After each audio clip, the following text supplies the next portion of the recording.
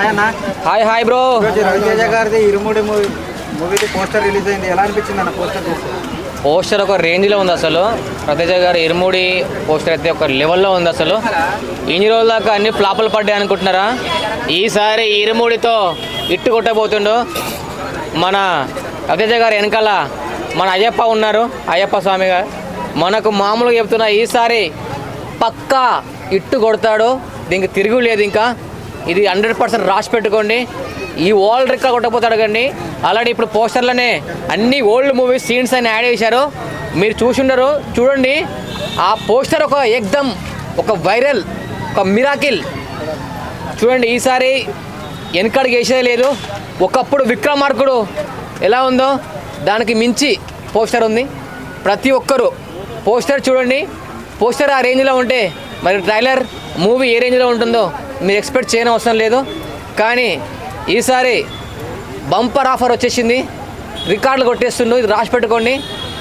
ఒకవేళ మన రవితేజ గారు ఇట్టు కొట్టలేదు అనుకోండి, ఇక్కడే కృష్ణకాంత్ పార్క్ కాడ గుండు కొట్టుకుంటా, రాసి పెట్టుకోండి.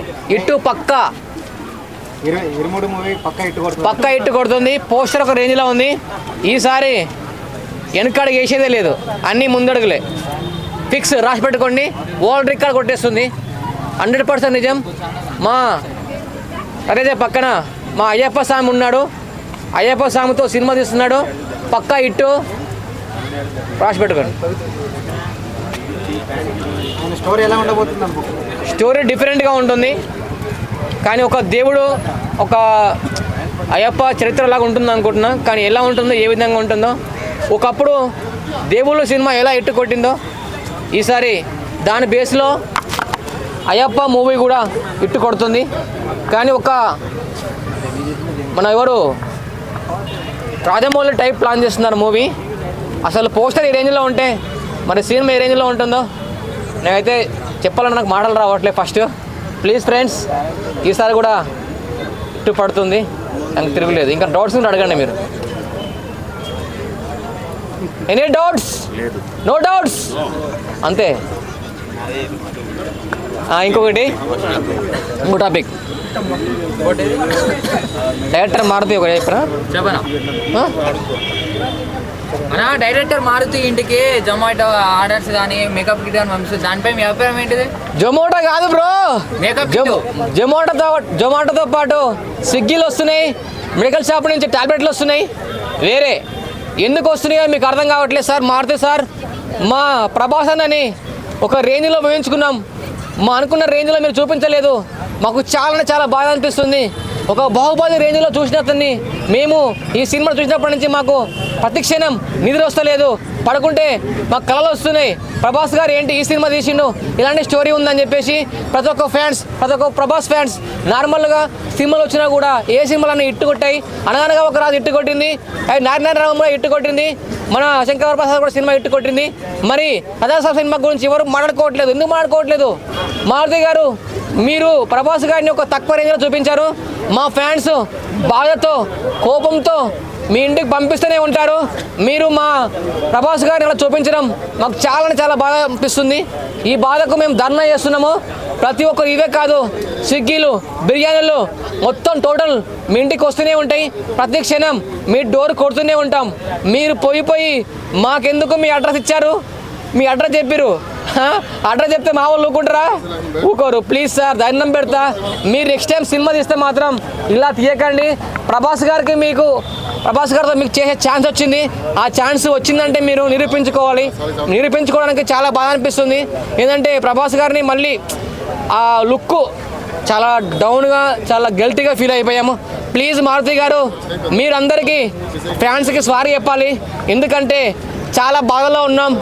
ఆ బాధలో మీ ఇంటికి మీరు బిర్యానీలు తిని టాబ్లెట్లు వేసుకొని మంచి స్టోరీ రాస్తారని చెప్పేసి పంపిస్తున్నాం. వేరే ఉద్దేశం అయితే ఏం కాదు. బిర్యానీలు తినండి, గట్టిగా ఆలోచించండి. నెక్స్ట్ మూవీ ఒక లెవెల్లో తీయండి. నెక్స్ట్ మీ నుంచి మేము ఏం ఆశిస్తున్నామంటే రాజమౌళి టైప్ ఆలోచిస్తున్నాం. రాజమౌళి గారి సినిమాలు ఎలా ఉంటాయంటే నిదానంగా ఉన్నా, లాగ్ ఉన్నా, చాలా టైం తీసుకున్నా ఒక లెవెల్లో ఉంటుంది. రాజమౌళి గారికి సినిమాలు అన్నీ ఇట్లు పడతాయి. అదేవిధంగా సింపుల్గా మన ఎవరు అనిల్ రావుపూడి గారు ఏమి అసలు అంత రిచ్గా లేకుండా సింపుల్గా ఫ్యామిలీ మూవీస్ తీసి ఎట్టు కొడుతున్నాను.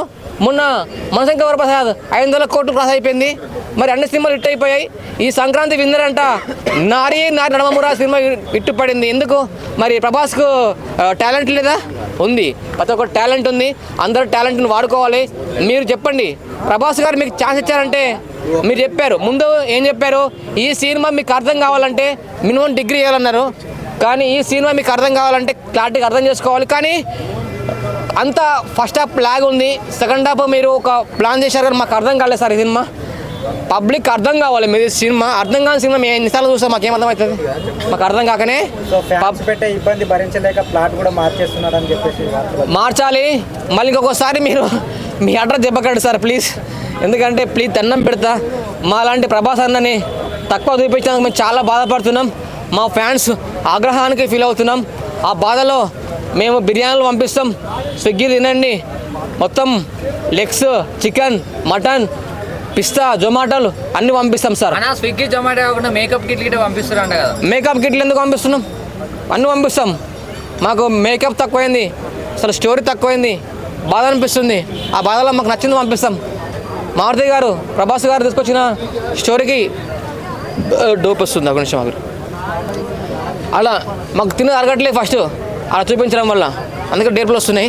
ప్లీజ్ ఫ్రెండ్స్ అందరూ ఆలోచించుకోండి. ప్రభాస్ గారిని ఒక రేంజ్లో చదవాలనుకుంటున్నాం. ఇప్పుడు వచ్చే స్పిరిట్ మూవీ పోస్టర్ ఆ విధంగా ఉంది.